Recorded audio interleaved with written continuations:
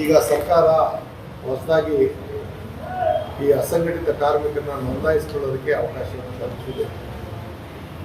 ಸವಲತ್ತುಗಳು ಈ ಬಜೆಟ್ ನಂತರ ಪ್ರಕಟ ಆಗುವಂಥದ್ದಿದೆ. ಈ ಅಸಂಘಟಿತ ಕಾರ್ಮಿಕರ ಬದುಕಿನಲ್ಲಿ ಒಂದು ಹೊಸ ಆಶಾಕಿರಣವಾಗಿ ನಮ್ಮ ಸರ್ಕಾರ ಕೆಲಸ ಮಾಡ್ತಾ ಇರೋದನ್ನ ಈ ಸಂದರ್ಭದಿಂದ ಅಸಂಘಟಿತ ಕಾರ್ಮಿಕರು ಸಾಕಷ್ಟು ಜನ ಮುಂದೆ ಬಂದು ತಾವು ಇದರಲ್ಲಿ ಭಾಗಿಯಾಗಬೇಕು, ಸದಸ್ಯತ್ವ ನೋಂದಣಿಯನ್ನು ಮಾಡ್ಕೋಬೇಕು ಅನ್ನೋದನ್ನ ನನ್ನ ಕ್ಷೇತ್ರದ ಅಸಂಘಟಿತ ಕಾರ್ಮಿಕ ಬಂಧುಗಳಿಗೆ ನಾನು ಮನವಿಯನ್ನು 111 ಜನಕ್ಕೆ ಈ ಕಿಟ್ಗಳನ್ನು ಕೂಡ ವ್ಯವಸ್ಥೆ ಮಾಡಿದ್ದೇವೆ.